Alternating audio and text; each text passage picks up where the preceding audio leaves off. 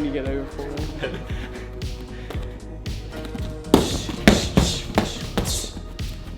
Oh, man.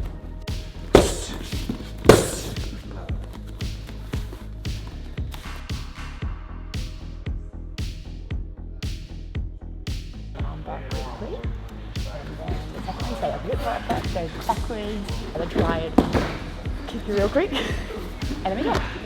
Sick. How many bits are? Ready? Yeah.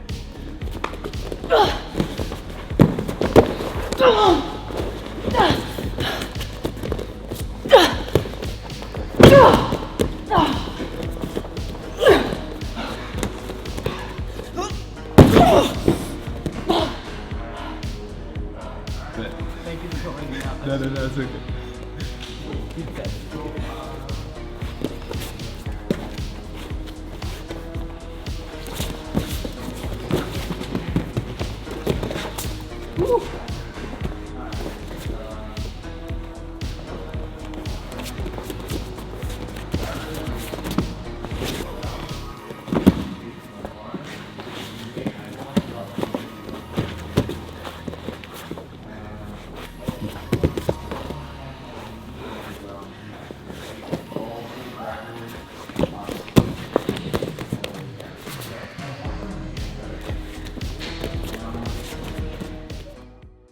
Hey guys, the footage you just watched was from a training session with Bridget Burt. Bridget is a stunt performer, extra, and athlete, and I was lucky enough to sit down for an interview with Bridget to see like, how do you get into this stuff? What does an extra / stunt performer do with her day? And what's it like being on some big sets? Bridget just come off the latest Planet of the Apes, so it was cool to get the inside scoop of what it's like to be on a big set. How do you get into the industry? What's her life look like? So have a look at this interview with Bridget, and I hope you enjoy. So Bridget, stunt chick, fighter chick, actor, what do? What do you do, man? Why do I do what I do? I love doing so many different activities. I love performing. I love being in front of a crowd and just putting on my best performance. The reason I love stunts is because it's got so many different elements to it, so many different sports within it. If you want to, you can progress in just so many different things. And that's another big thing about it. It's just the progression. You're always improving, you're always learning. Just to be skilled is just so much fun. I really enjoy the thrill side of a lot of the sports as well. That's why I like to do the extreme sports. Anything that gets my blood pumping. And then, yeah, the discipline side. You have to work really hard to be good at anything, so I enjoy hustling. Nice. Can you list off your current extreme sports and stunt disciplines? Yes, okay, so we've got skydiving, which includes wingsuiting. We've got drifting. We've got, I ride bikes when I can, motorbikes. We've got rock climbing. Martial arts include boxing, BJJ, judo, sometimes eskrima when I can, Muay Thai. I'm missing one. I'm missing a martial art I've forgotten now. I know too many. That's what I like generally train in for martial arts. And then I would train in gymnastics and trampolining. And my background is water sports, so that's flyboarding, the water jets on your feet where you fly up in the air doing all the tricks. Then it was like stand-up jet skiing, trying to go out in the surf, do flips and tricks. Scuba diving, scuba dive master, shooting when I can, go down to the gun range. And yeah, I'd say that is... Man, I could talk to you for like hours on each one of those fucking things. How do you, like, I would imagine you had like a pretty adventurous childhood, or your parents or something. Like, how do you get into all of that kind of stuff? To be honest, it was the complete opposite. I had nothing as a child. The deprivation of that stuff. Seriously, it was like my parents worked really hard and they were just never really present, and I was always on my own, and my brother had moved out when I was young, so I was just bored all the time, and all I wanted to do was just go out, explore, have fun, be active. And I guess it was just that deprivation of not being able to do any of that stuff. I wasn't able to do any extracurricular activities after school or anything like that. So when I finished school, I was like, I'm just going to hustle, work hard until I can afford to do everything I've always wanted to do. And that's what I'm doing now. Okay. So what does that look like going from school to that? So you just got a normie job and then just picked one and started with it, water sports. So I started, my dad owned a jet boat and jet ski hire company. Started with just the jet boat, and I worked for him since I was 12 years old, because our family was like, you have to work for your own money. Anything you want to do, you have to pay for. So I worked from a young age. When I left home, it was 16, 17, and I moved up to Gold Coast after I finished school. And then I just started in the water sports here because that's what I knew how to do. That's where I knew I could earn money. So I did that, and from that I was progressing in water sports, learning how to flyboard so I could be an instructor, becoming a commercial skipper, doing a bit more diving and stuff like that. And that led to somebody noticing my skills on the flyboard, which they suggested to audition for a show overseas in China. They did a flyboard show, jet ski show in front of crowds up to 80,000 people. It's like a SeaWorld, but a million times bigger. Bruh. Yeah. At the city. Yeah. It was wild. Like, it could have small crowds, but it could get up to that much. And it was literally like a firework display every single night. And we do 2 shows. I did that for about 2 years. I did a year, came home, went back, did another year. And then that led to coming home for a bit more, starting to do things like skydiving, just sports that I was really just interested in, want to do more adrenaline activities, rock climbing, and then the opportunity to go to Spain to do a flyboard show came up, and I was like, 100% I want to live in Spain, I want to explore Europe, because when I was in Asia as well, I just made sure I went to everywhere I wanted to go. I was in love with traveling at that age. And then went to Spain, did that contract, and I was still like skydiving during the day. It was funny because we had night shows, and all my team would be like either partying or playing games, and then they'd just sleep all day. So I took the only work vehicle, and I'd just be driving around doing all these activities, making friends, going skydiving, going rock climbing, learning how to paraglide. That was amazing. Paragliding was sick. And then I met a stunt performer from the UK at skydiving. They just came up and started talking to me, explained what they did, and there's a criteria for stunts in the UK, same with Australia. And when they listed off everything on there, like the martial arts and the gymnastics and the horse riding and all this different stuff, I was like, that's just everything I've always wanted to do. Like, I save my money to do those activities on the weekend, so why wouldn't I want to be paid for doing that sort of thing? But I knew it was a big commitment, and I was like, anything creative in the creative industry, I know you have to go above and beyond. Especially coming from a background where I didn't really have any like martial arts skills or gymnastic skills. A lot of the guys in this industry are just so talented from such a young age because I've been training for years and years and years. So I was like, I really need a hustle. I really need to just put in as much effort as I can. And that led me to committing to move to the UK, live off my savings, and just train as much as I could.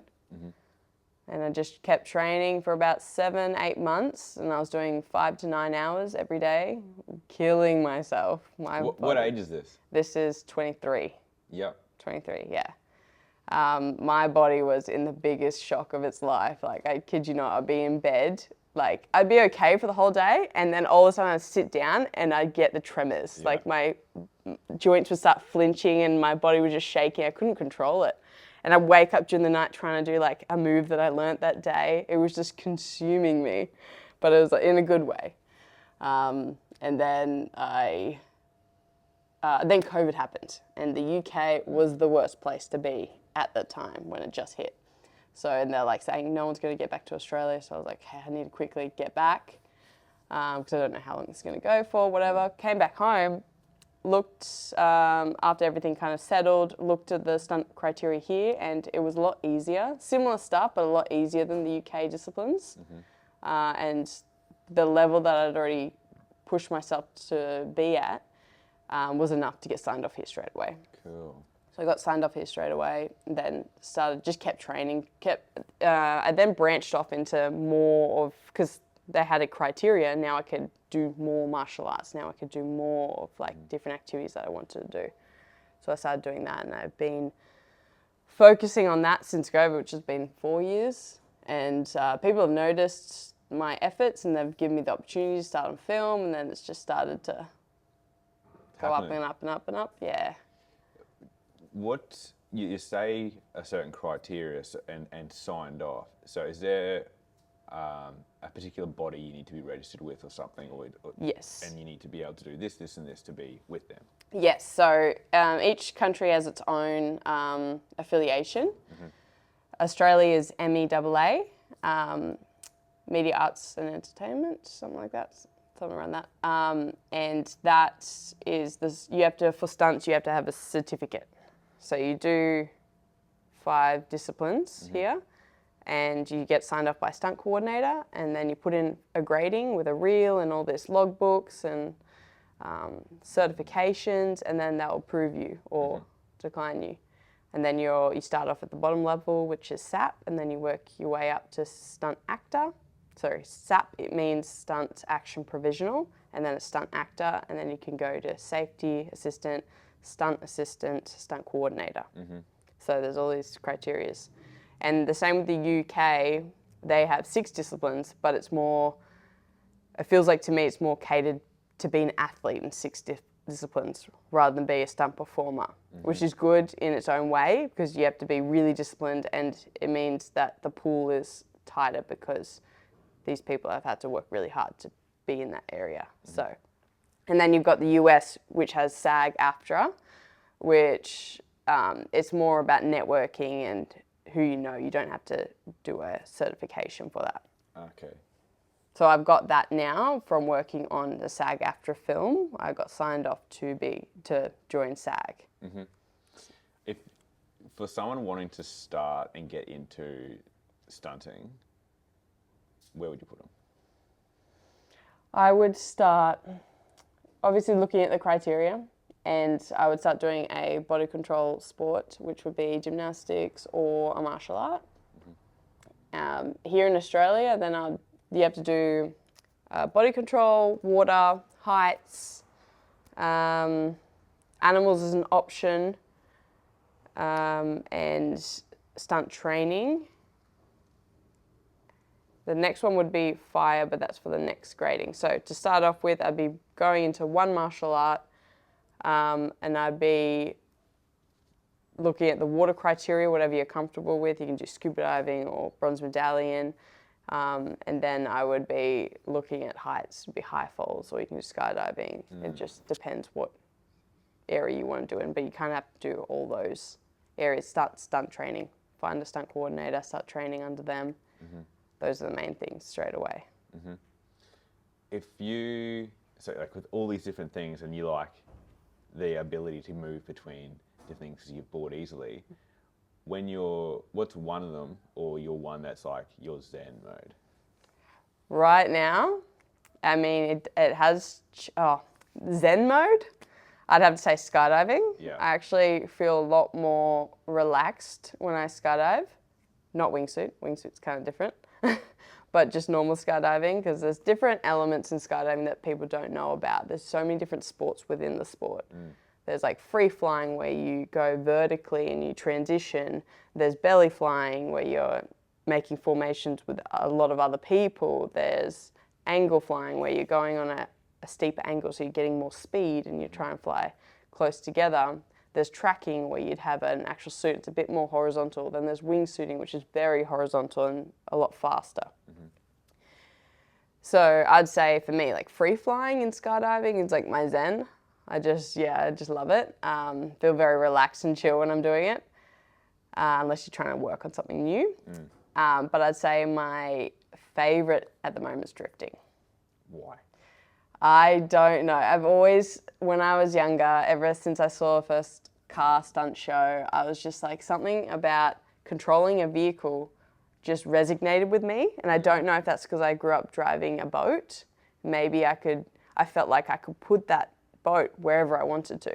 So I felt like once you get that muscle memory, I was like, I know how this feels and the sounds and the conditions. I know how to just without thinking about it, alter that and put it where I want it.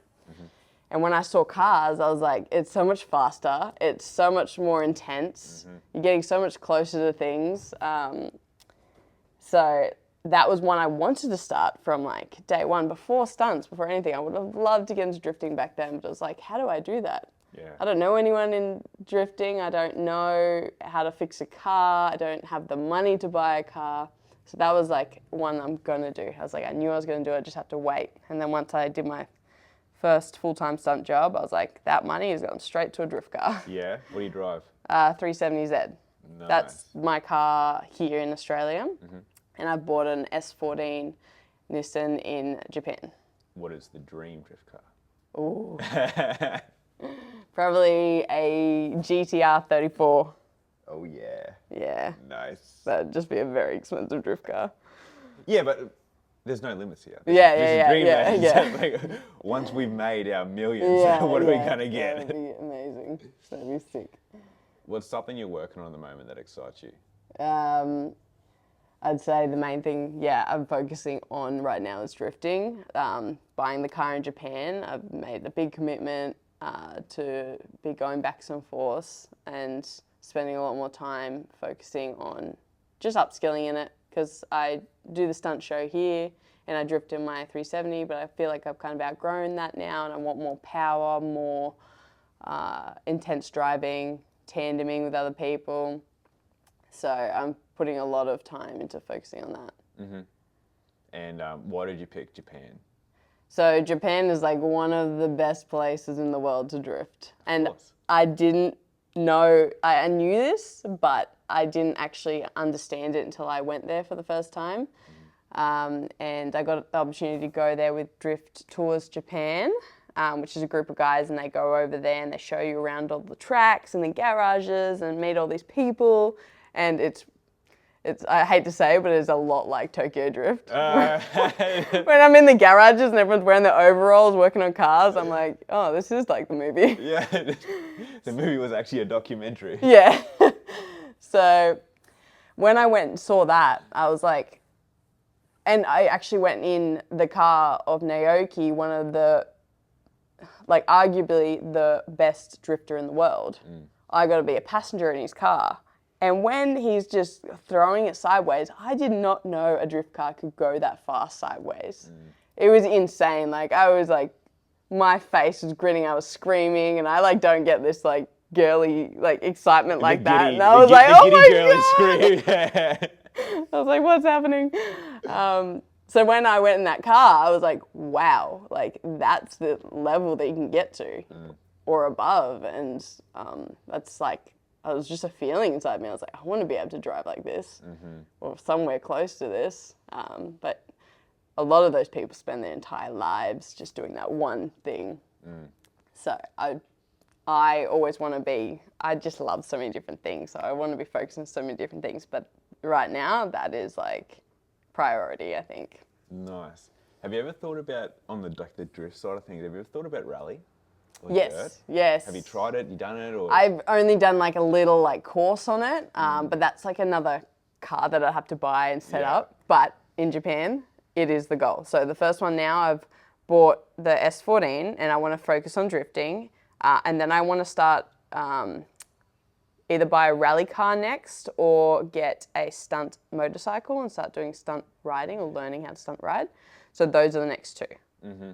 But anything to do with the vehicle side of it, I want to learn as much as possible. Racing, rally, like, Rallies, like watching guys drive, like Formula One for me is the pinnacle. It's fucking awesome. But rally drivers are just a different fucking breed. Yeah. They are proper psychos. Yeah. Like how their brain just functions so fast. Oh, but you're going like 300 sideways, fucking on a dirt road, over a jump. Yeah. This close to a wall. Yeah. Like, fuck, it's so good. I love watching the videos, and I'd love to give it a proper go. I haven't really done a lot with it, but that's definitely something I can see myself doing. There's like obviously all the cool side that I know that I would imagine of the kind of lifestyle that you live. Like, you know, like you're training all the time, which is awesome. You're around other really motivated, like sick people. Your job's fucking sick. All these disciplines are really awesome. What's the other side of it people may not see? Oh, yes, there's definitely another side. So the other side is I'm tired all the time.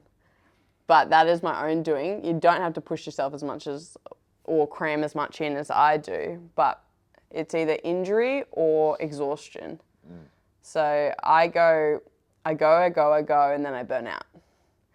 And then if I don't recover from that burnout, then I'm hanging on to that tiredness all the time. That's when discipline and motivation becomes so hard. And it's like that mental game of like, no, you have to keep going, but you need a rest, and it's hard to find that balance of what you actually need to do.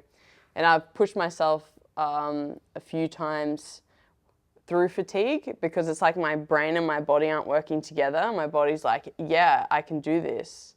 Or opposite, either my brain's like, yeah, I can do this, and my body is just so physically exhausted that it ends up leading to a mistake, and then I get a bad injury. So I've had a few injuries the last few years, which have been like led to surgeries and stuff like that. And then you go through this whole, any athlete would go through this whole mental like hardship, because you're sitting there, you've gone backwards from where you were, and then you can't do anything. You can't expel your energy, and you're wondering why, like how it's fair that you've been trying so hard and then you hurt yourself, and you could potentially be in the position where you can't do that again. So yeah, I had a recent injury with my back, which I was very terrified that I wasn't going to be able to do everything that I can do. And that was really hard to get over. And then luckily, once I got through the recovery stage, it was 3 months, I was able to build it slowly, and I'm just so on top of the recovery. But during that time, it's like I'm dropping on all my skills. Yeah. I've been putting all this time into all these skills, and now I have to recover. It's not just that one sport, it's all these different things, and then have to build that confidence, motivation up again to get back to where it was. Do you have a mentor at the moment, or have you had a mentor? No. No? Because have you ever looked for one or thought about having one? I have thought about having one, and then I'm like, I could just spend that training. Oh, well, Like the time it doesn't necessarily need to be like paying for one, but there's someone in your industry that you're like, I would love to learn from you, or just. Oh, yes, You know, yes. not necessarily like I pay for my mentor, but it's just because I can't find anyone at the level I want to be in my circle, so it just works better like that. Yeah. But if I had one locally, I'd be like, Yeah. you know, help me, or can I do something that would benefit you that you could just, you know, give me some guidance. Yeah. No, I think every individual sport, I have like a bit of a mentor, depending on what I'm going through. I don't have a mentor like for overall to like look at my life and be like, you're doing too much here, you shouldn't be doing this, or you should be doing this. There's no like someone within the stunt industry that you're like, I really want to aspire to be like you, or you follow their guidance? Yeah. There's Chan Griffith. He's like a fight coordinator.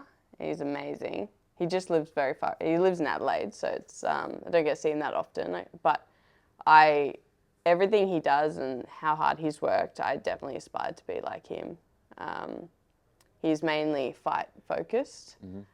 But I always, if I need any questions answered about what I should be doing, I will message him and ask him. But he works on Marvel films and he does all the big stuff. So yeah, the pinnacle. very, very talented. And he recently, a few years ago now, did like a free course where stunties could just. It was great the way he did it. So he started this course. No, okay, let me start again. He came up for a film and he's like, any stunties want to come train? The next day, like last minute, night before, all of a sudden, all the Gold Coast stunties are at this one gym. Everyone's there. Everyone's dropped everything. They're all training. We're all having a great 3-hour session doing fight stuff. And then he's like, if anyone wants more drills, send me an email and I'll send you the stuff. And we all, like, probably half or 3/4 sent him an email, got the drills. And then in that email it was like, here's all this stuff. If you get it completed by Monday, I'll send you more stuff. So about half of the people then did that work, sent it back, and by Monday, if you'd sent it in, he sent you the next week. And the next week was like a bit more, it was a bit more intense. And he's just like, if you finish this by Monday, you get the next week. This sounds like a bit of a vetting system going on here. Yeah. And it's really just discipline and motivation, because like, I don't know, everyone's got different lives and so many things going on. But for me, I was very busy. I don't have family or anything, but I was very busy, and I was just making sure I could make it work, because this is something I really, really want. And by the end of it, it got so intense that it was like, because you're doing like editing, you're doing recreations of fights, you're doing specific drills in kicking, boxing, all these different things, even learning special effects and doing these research on stunt performers. And it ended up being a 13-week thing. And he didn't tell us until we're at like 5 weeks. He's like, oh yeah, there's another eight weeks to go. Nah. It was 13 weeks, and by the end of it, there was like no one left. Yeah. There was 3 people left, and it was such a cool thing to be a part of. And I really am inspired and grateful for someone like that, who's just given all this information, and he just wants to help people. And he's spent years learning all this knowledge, and he is where he is because of that. And now he's just wanting to share it with people. And I'd love to get to that stage where I'm at the pinnacle of my career and I can share that with people, share my knowledge with people. What would you tell your younger self? I would tell my younger self that it gets better, and you just have to work hard. You just have to be disciplined and push yourself. Because it's always, no matter what path you take, it's going to be hard in any scenario. So just find what you love and just keep pushing. How many years have you been doing this? Live stunts or film stunts? Just go all. All of it, since I was 18. So we are at 9 years now. When do you reckon you started getting good? What you would say is good. And I know there's always the next. I know there's always like, well, yeah, but there's like, this I'm other not really shiny, good. this other shiny thing down good here. yet. That, like, you don't know, but like, Yeah, in 5 years' time. yeah. I'd say overall, probably 2 years ago. 2 years ago. Sweet. So like 7 years in, Yeah. basically. Yeah. Because it was great that I did something like flyboarding first, because I had to, that's like a sport that you're going to get injured in. Like, you know you're going to get injured. It's just, that's the only way to learn, is by trying things and it hurts. So from starting that, it was, and overcoming it and becoming at a level where I could compete, and I was a professional flyboarder and all this sort of stuff. When I got to that level, I was like, if I do this with everything else, I know I can get to that level. So, yeah, it took that long, but it's just like, I just have to keep going, just keep spending the time. If you want to be at that level, you just have to put in so many hours. So many hours. Like I was saying to you earlier, like with the sort of circle of athletes that I've had the privilege of interviewing or being around over the last year, you've all said the same thing, and I think that's something that a lot of people or normies want to skip or don't realise. It's like, yeah, it just takes 7 years. So it's nothing actually special. You just did the same thing every day for 7 years, and then you were good. And I've had these like crazy ups and downs with my coaches and stuff, where I've been like, I'm just going backwards. Like, I'm spending like 3 years and I feel like I'm in the same spot as, but then like you look at it and you are progressing, but there's just, yeah, it's not just the time and energy and pain. It's like, what's the word for it? It's the roller coaster of you will go backwards so many times. It's not this Yeah. for 7 years. It's Yeah, yeah, yeah. And it's just that mental game of to keep pushing. Yep. Like I said, I could speak to you for fucking hours on every single one of those, but thanks so much for your time and Thank you. good luck in Japan. Thank you so much. Sick. Hope you guys enjoyed that. Let me know in the comments if you've ever thought of going down that road and some of the things that maybe makes you want to do it and some of your apprehensions. And keen to hear, or if you're in the industry, what's it like for you? I'd love to hear your thoughts, and I'll see you on the next one. Cheers.